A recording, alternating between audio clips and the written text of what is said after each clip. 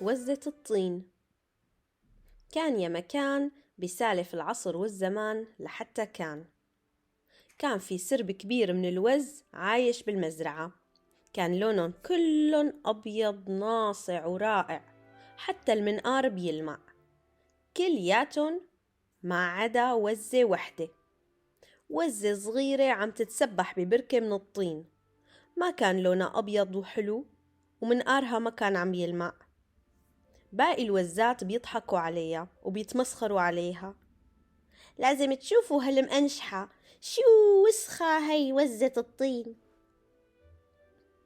غالبا بيكونوا الوزات مبسوطين وما عندهم أي هم بالحياة، بس إذا كان القمر بدر بيصيروا يرجفوا من الخوف، لأنه القمر البدر بيعني إنه الثعلب رح يجي وبيلحق الوزات ليمسكهم من أعلى التلة لتحت، وكمان بالغابة وأبعد بكتير.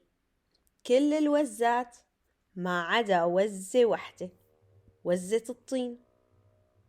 بيوم من الأيام تعبوا الوزات من هالوضع، راحوا يحكوا مع وزة الطين. ليش ما عم يلحقك الثعلب ليمسكك؟ بيسألوها. عندك شي خدعة سرية وما بدك تخبرينا إياها؟ بتجاوبهم وزة الطين. لا، السبب هو ريشي الوسخ. الثعلب ما عم بيشوفني حتى لما يكون القمر بدر. بيطلعوا الوزات ببعض وبيركضوا كلهم على بركة الطين. وبتمر الأيام وكل الوزات عايشين بسلام بأسفل التلة، كل الوزات ما عدا وحدة. وزة الطين بتطلع على السما وبتشوف غيوم رمادية كثيفة معلقة بالسما. هاد ممكن يعني شي واحد بس. بتنادي وزة الطين باقي الوزات وبتحاول تشرح لهم، بس هن ما عم بيسمعولها.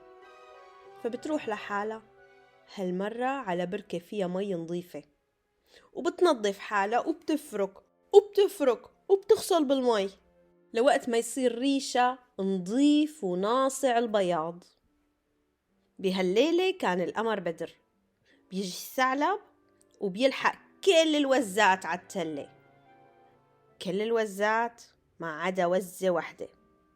الثعلب ما عم بيشوف وزة الطين، وكمان ما عم بيشوف رجلها. كابوم!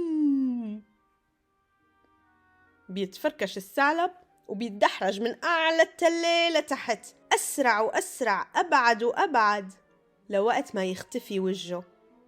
بينادوا الوزات فرحانين: راح الثعلب، انقلع. وبتضحك وزة الطين بفخر وبتقول: إلى الأبد ما بقى يرجع.